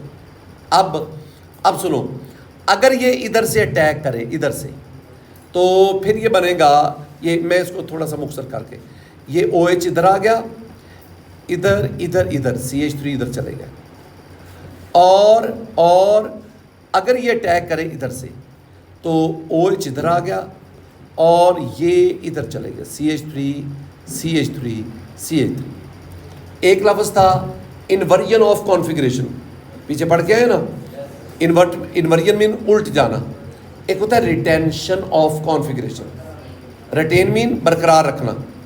अब आपका जो रिएक्टेंट था ना, रिएक्टेंट जहाँ से आपने आगाज़ किया था, उसमें इस तरह था, ये इस तरह, और ये अम्ब्रेला इस तरह था, यानी अम्ब्रेला की कैप लेफ़्ट साइड पे थी।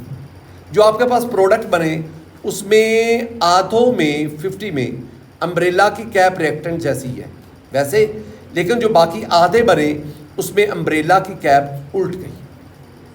50% आपके पास ये बने, 50% आपके पास ये बने, तो मैं क्या कहूँगा 50% इन्वर्जन ऑफ कॉन्फ़िगरेशन और 50% रिटेंशन, दोनों को मिलाओ, दैट इज कॉल्ड रेसिमाइजेशन। क्या बोलते हैं? रेसिमाइजेशन। रेसिमाइजेशन कहते हैं वो मिक्सचर जो प्लेन पोलराइज्ड को रोटेट ऑप्टिकली इनएक्टिव हो। अच्छा, ये हमारे पास आ गई। बेटा जी ज़रा थोड़ा सा 1 2 3 करें शुरू से, मुझे बताओ डिफरेंसेस सिर्फ बताने। हमने ना इसको right A note on SN1 reaction नहीं लिखना, difference write down 6 points difference between SN, ये कोई लॉन्ग क्वेश्चन नहीं है, ये पढ़ना नहीं है, सीखना है। सिर्फ देखना है कि दोनों किस किस जहाँ पे कंपैरेटिव स्टडी होती है आसान होती है, देर तक याद रखें। पहली बात, ये दोनों प्रोसेस एक दूसरे के बाद हो रहे, उसमें क्या था? साइमल्टेनियस। दूसरी बात, यहाँ टर्शियल काइनेलाइड लिया, वहाँ पे प्राइमरी, स्कैंडी भी ले सकते, इधर भी स्कैंडी ले सकते हैं। अच्छा, लेकिन तीसरी बात, ये रिएक्शन कितने स्टेप्स में हुआ? वो अच्छा, उसमें क्या रिएक्शन इंटरमीडिएट इन्वॉल्व था? इसमें है कौन? अच्छा, इधर सबस्टेट के 3-4 मसाइल बता दें। स्टेरिकली हिंडर्ड है, अगर सबस्टेट अल्काइल स्टेटिकली हिंडर्ड होगा तो SN1 होगा, ऐसे ही ना, और अगर स्टेटिकली लेस हिंडर्ड होगा SN2। दूसरी बात, इसका जो कार्बन है वो लेस इलेक्ट्रोफिलिक करैक्टर रखता है, ठीक है। अब इसमें जो आपने सॉल्वेंट यूज किया वो पोलर प्रोटिक था, पोलर, उधर भी पोलर लेकिन ए प्रोटिक, वो पोलर ए प्रोटिक ना DMS होता है, DMFO, आपको नहीं याद होने। पोलर प्रोटिक जो है वो मैंने 3 लिख दिए। ये जो रिएक्शन हुआ, ये वाला first reaction, this is slow reaction is the rate determining step and the second one is fast.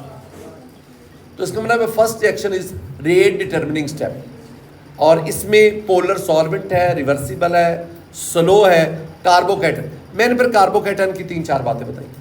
Carbocation में कार्बन पर पॉजिटिव चार्ज है, वो कार्बन sp2 हाइब्रिडाइज्ड है।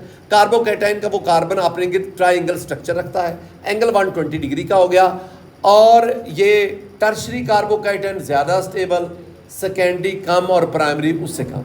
यही बातें हुई हैं ना सारी। और ये कार्बोकैटायन रिएक्शन इंटरमीडिएट के तौर पर काम।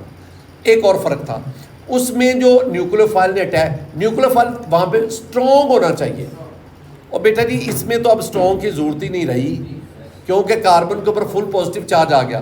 तो अब तो वीक भी इस कार्बन पर अटैक कर सकता है, उधर स्ट्रॉन्ग और इधर भी। हाइब्रिडाइजेशन सेम है, इधर sp3 sp2 और प्रोडक्ट में भी क्या होगी, उसमें भी ऐसा ही था, लेकिन चूंकि उसमें रिएक्शन इंटरमीडिएट नहीं था। अच्छा, बाकी कॉन्फ़िगरेशन में क्या हुआ? उधर 100% इन्वर्जन ऑफ कॉन्फ़िगरेशन, 100 मालिक्यूल सारे के सारे की पोजीशन उल्टी होगी। यहाँ 100 मालिक्यूल लिए ना, आधों में 50 में इन्वर्जन होगी और 50 में रिटेंशन। मोलेकुलरिटी, क्या लफ्ज़ आ गया? मोलेकुलरिटी कहते हैं, मोलेकुलरिटी होता है कि जो रेट डिटर्मिनिंग स्टेप है ना, उसमें रिएक्टेंट के कितने मालिक्यूल इन्वॉल्व हैं। बेटा जी इसमें अभी आपने देखा कि इसका जो रेट डिटर्मिनिंग स्टेप है वो ये वाला है, और इसमें रिएक्टेंट का सिर्फ एक molecule, only one reactor molecule involved in rate determinant. So its molecularity is 1, and this is unimolecular, और इसी वजह से हम इसके लिए SN1, 1 represents the molecularity. It's okay. अब आगे रिएक्शन काइनेटिक्स पे आ जाओ, वो जो आपने फर्स्ट ईयर चैप्टर पढ़ा था, रिएक्शन काइनेटिक्स। बेटा जी रिएक्शन काइनेटिक्स कहता है कि इसका जो ना रिएक्शन है, rate equation, rate that is equal to K concentration of alkyl halide. उधर मैंने क्या लिखा था? न्यूक्लियोफाइल। इसका मतलब है यहाँ न्यूक्लियोफाइल। अब ये MCQ आने आपसे, बताओ SN1, अगर मैं रिएक्टेंट, अगर मैं अल्काइल हैलाइड की कंसंट्रेशन को 2 गुना बढ़ाता हूँ तो बताओ SN1 रिएक्शन के रेट पर क्या फ़र्क पड़ा? 2 गुना बढ़ गया। अगर मैं न्यूक्लियोफाइल की कंसंट्रेशन 4 गुना बढ़ाता हूँ तो बताओ SN1 रिएक्शन पर क्या फ़र्क पड़ेगा? नो इफेक्ट, वो यहाँ है ही नहीं, वो तो फास्ट स्टेप में आ रहा है। लिहाजा कंसंट्रेशन ऑफ न्यूक्लियोफाइल वो कभी भी रेट ऑफ रिएक्शन को चेंज नहीं करता।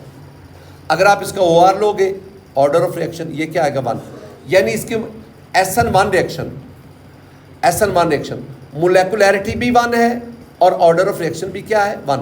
लेकिन ये जो नाम दिया हुआ ना SN1, ये मोलेकुलैरिटी की बेस पर है, ये ऑर्डर की बेस पर नहीं।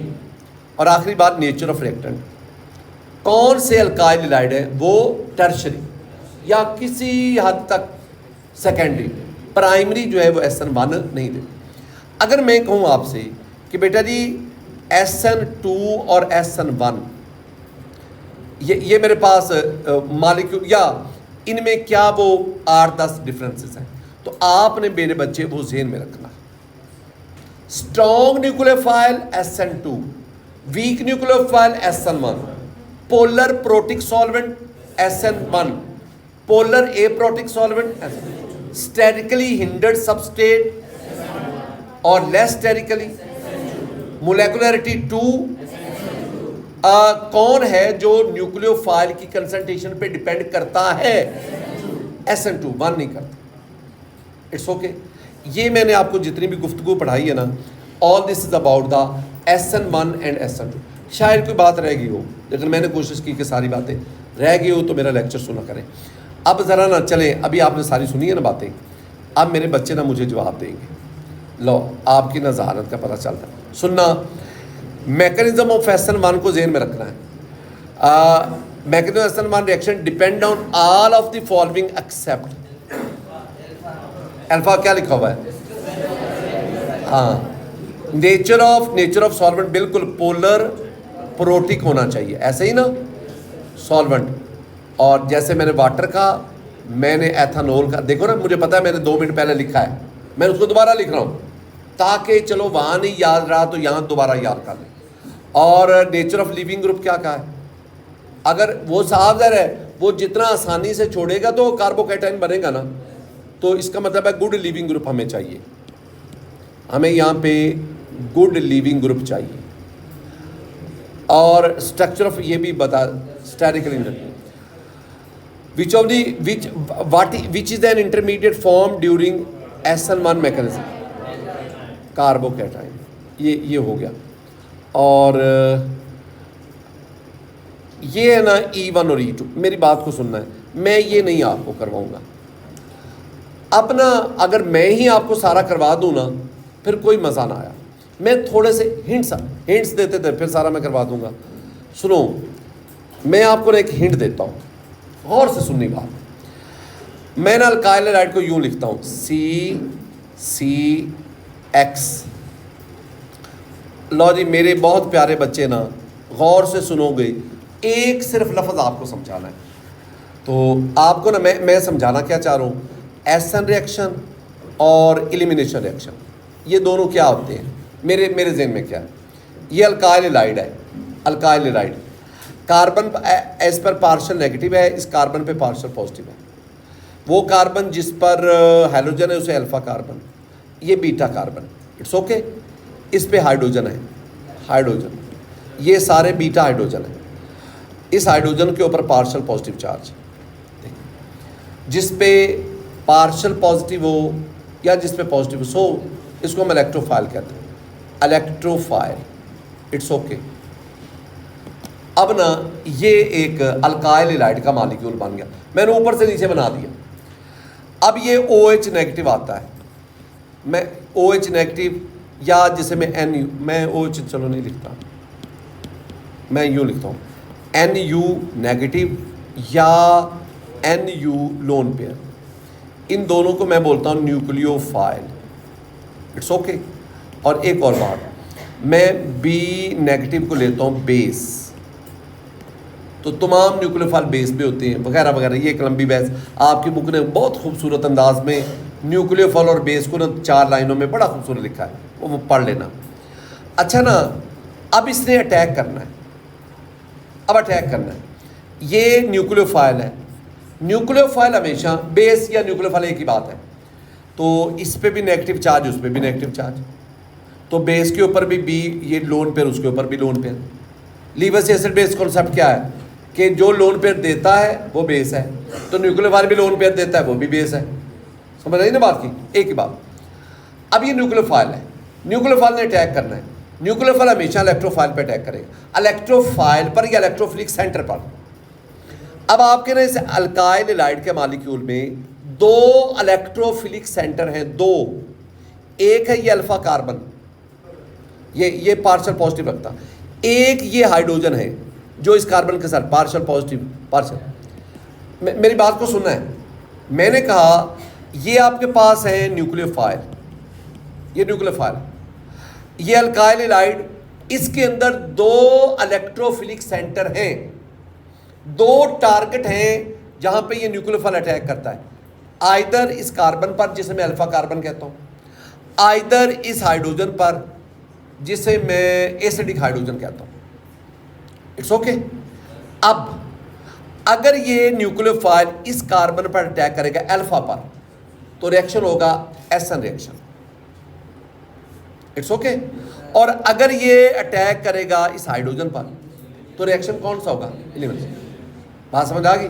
चलो, मैंने क्या कहा, मैंने पहले आपको बताया ये अल्काइल हैलाइड का मॉलिक्यूल है, और देखो मैंने उसके ऊपर कैसे उसको बनाया। मैंने कार्बन के ऊपर अल्फा लिखा, उसके ऊपर पार्शियल पॉजिटिव लिखा, alpha carbon is partial positive, और कि उसके बाद दूसरे कार्बन को बीटा लिखा, उसके ऊपर हाइड्रोजन को मैंने बीटा हाइड्रोजन कहा। अब मैं बात को मजीद मुख्तसर करता हूँ, टर्मिनोलॉजी यूज करता हूँ कि अगर न्यूक्लियोफाइल अल्फा कार्बन पर अटैक करेगा तो ऐसा रिएक्शन होगा, और अगर न्यूक्लियोफाइल बीटा हाइड्रोजन पर अटैक करेगा तो बीटा इलिमिनेशन। फर्क क्या होगा कि जब न्यूक्लियोफाइल, ये बेस है, बेस की खूबी क्या है? प्रोटॉन एक्सेप्ट करती है। बेस जाएगा यहां से, प्रोटॉन तोड़ लेगा, तोड़ लिया ना, अब प्रोटॉन इधर आ गया, अब ये दो इलेक्ट्रॉन कहां जाएंगे? ये दो इलेक्ट्रॉन यहां आ जाके डबल हो जाएंगे। ये कार्बन चीख उठेगा, वो कहेगा मेरे तो 5 बाउंड कहां से हो गए। अब ये क्या होगा? ये फौरन यहां से लीव कर जाएगा, और इस तरह ये यहां से लीव कर गया, हाइड्रोजन यहां से लीव कर गया, H इधर आ गया, X इधर निकल गया, HX निकल गए। जब HX निकल गए ना, तो इन दोनों अल्फा और बीटा कार्बन के दरमियान क्या बन गया? Double bond.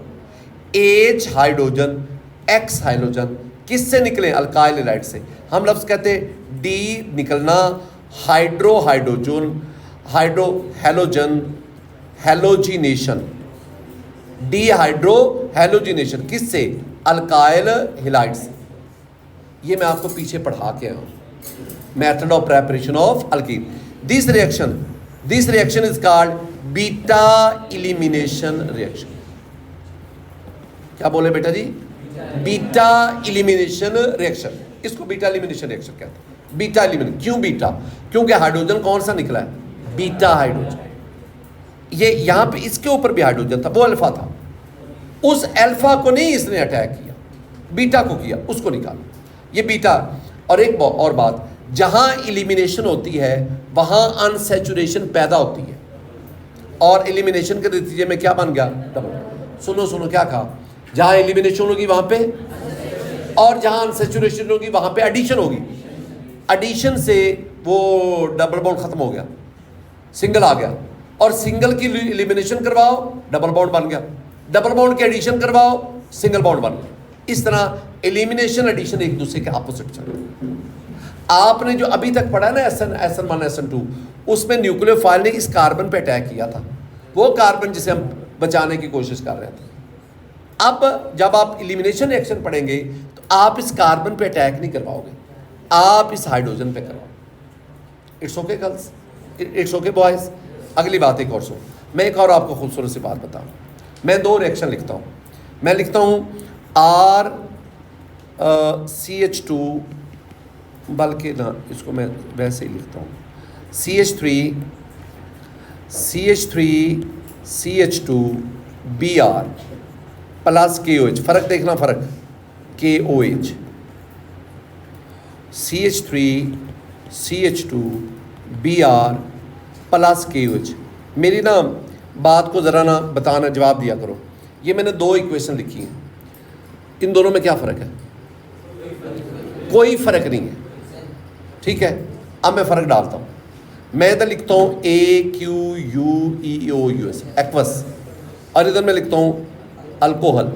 याद रखना, एक्वस मीन वाटर, अल्कोहल आ गया RCH2OH। वाटर ना मोर पोलर होता है, क्या है, मोर पोलर, और अल्कोहल क्या होता है, लेस पोलर, लेस पोलर। ऊपर वाला जो रिएक्शन होगा ना उसमें ये K जाएगा, Br को निकाल के OH जाएगा, जो न्यूक्लियोफिलिक सब्स्टिट्यूशन का आपने CH3CH2OH प्लस KBr।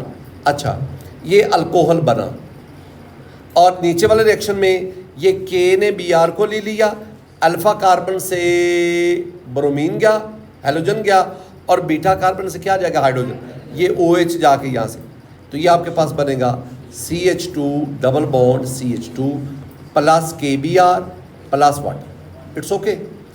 अब ना ये ऊपर वाला जो रिएक्शन है ये वाला, दिस इज SN रिएक्शन, और ये जो नीचे वाला रिएक्शन है this is beta elimination, E reaction. फर्क इसमें क्या है, एक्वस और अल्कोहल। फर्क, aqueous mean more polar, alcohol mean less polar. अगर आप मोर पोलर सॉल्वेंट लेंगे तो SN रिएक्शन, अगर आप लेस पोलर सॉल्वेंट लोगे तो E रिएक्शन। बात समझे? अच्छा, एक और बात बेटा जी, आप ना ये बीकर ले लो, मैं मज़ीद बात को क्लियर करता हूँ। मज़ीद बीकर ले लो, इस बीकर में इथाइल ब्रोमाइड ले लो, ये ले लिया ethyl bromide C2H5Br, it's okay.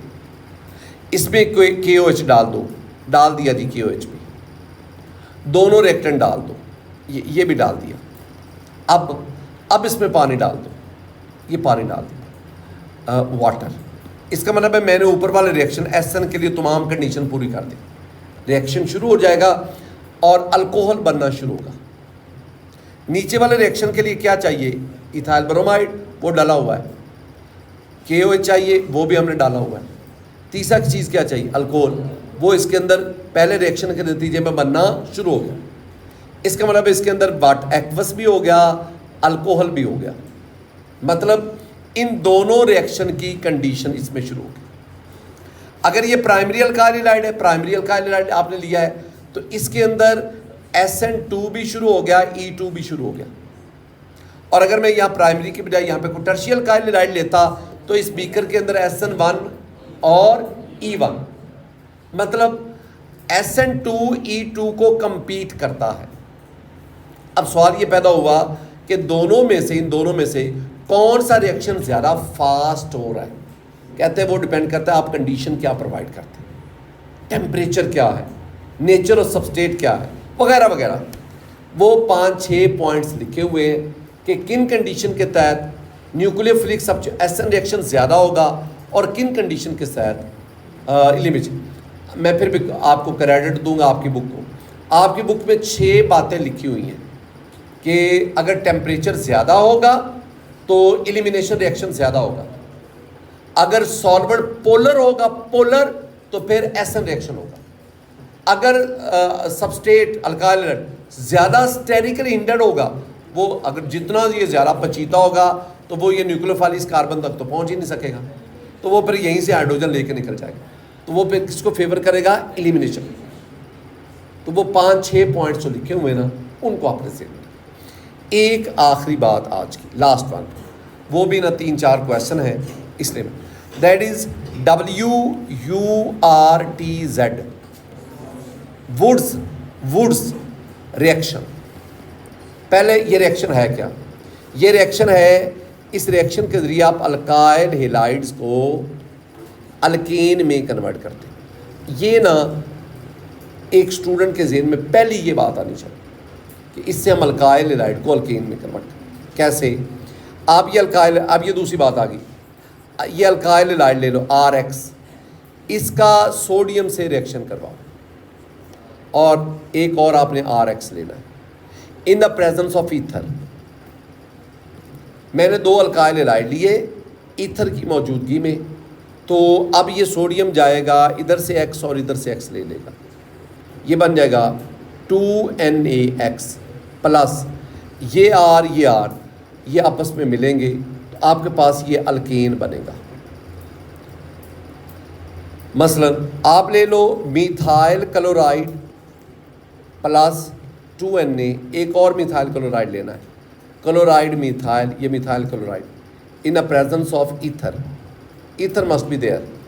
ये सोडियम ने दोनों क्लोरीन को लिया, ये 2NaCl बना और साथ क्या बन गया, CH3CH3, ये बना ईथेन। अब ना आपकी बुक क्या कहती है यहाँ पे, वो कहती है कि this method is very useful for the preparation of symmetrical alkane. Symmetrical alkane कहते हैं जिनमें 2, 4, 6, 8, 10, 12 ऑड नंबर कार्बन होते हैं, उन्हें क्या कहते हैं, सिमेट्रिकल। ये जब मैं कहता हूँ आपकी बुक कहती है, उसका मतलब मैं उस बात से इत्तेफाक नहीं करता। अच्छा, अब एक तो ये बात हो गई। अब इसमें मैं लेता हूँ, मैं क्यों इत्तेफाक नहीं करता, सुनना, मैं लेता हूँ CH3Cl methyl chloride plus 2Na, और एक मेरे पास है इथाइल क्लोराइड, क्लोराइड और इथाइल C2H5। चलो मैं इसको इथाइल को ना यूँ लिखता हूँ, CH2CH3। ये बेटा जी इथाइल को मैंने सिर्फ उल्टा करके लिख दिया, इन द प्रेजेंस ऑफ ईथर। अब आपके पास यहाँ पे ना 3 प्रोडक्ट बनेंगे, इनको तो निकाल दो ना, ये तो निकाल दो, ये तो 2NaCl बन गया ना, इसको तो हम जिक्र, ये तो बनना ही बनना है।